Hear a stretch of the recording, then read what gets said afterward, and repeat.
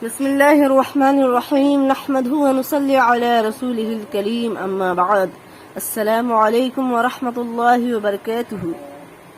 میری عزیز بہنوں، افطار کے وقت کی مانگی ہوئی دعا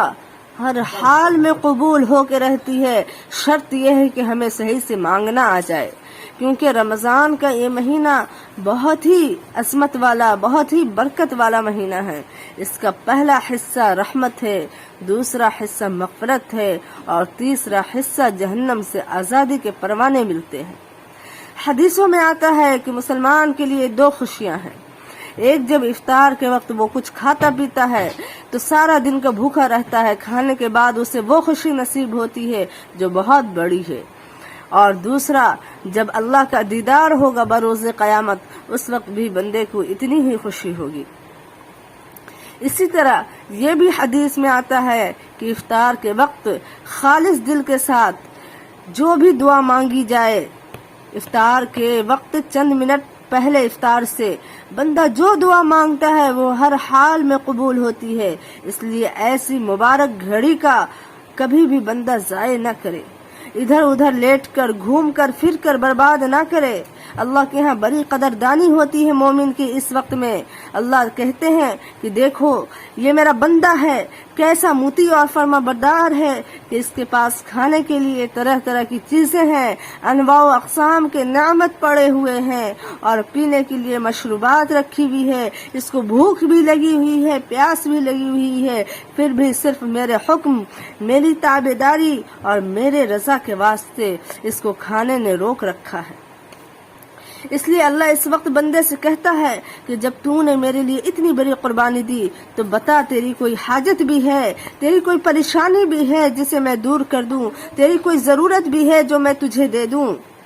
تو اس وقت کا مانگا ہوا دعا کبھی بھی ضائع نہیں ہوتا ہے، بشرطے کہ آپ نے اس طریقے سے مانگا ہے جو مانگنے کا صحیح طریقہ ہے۔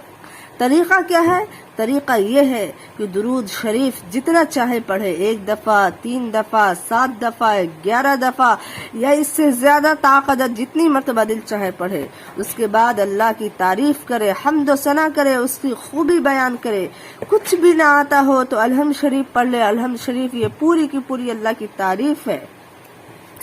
پھر یا اللہ کہہ کر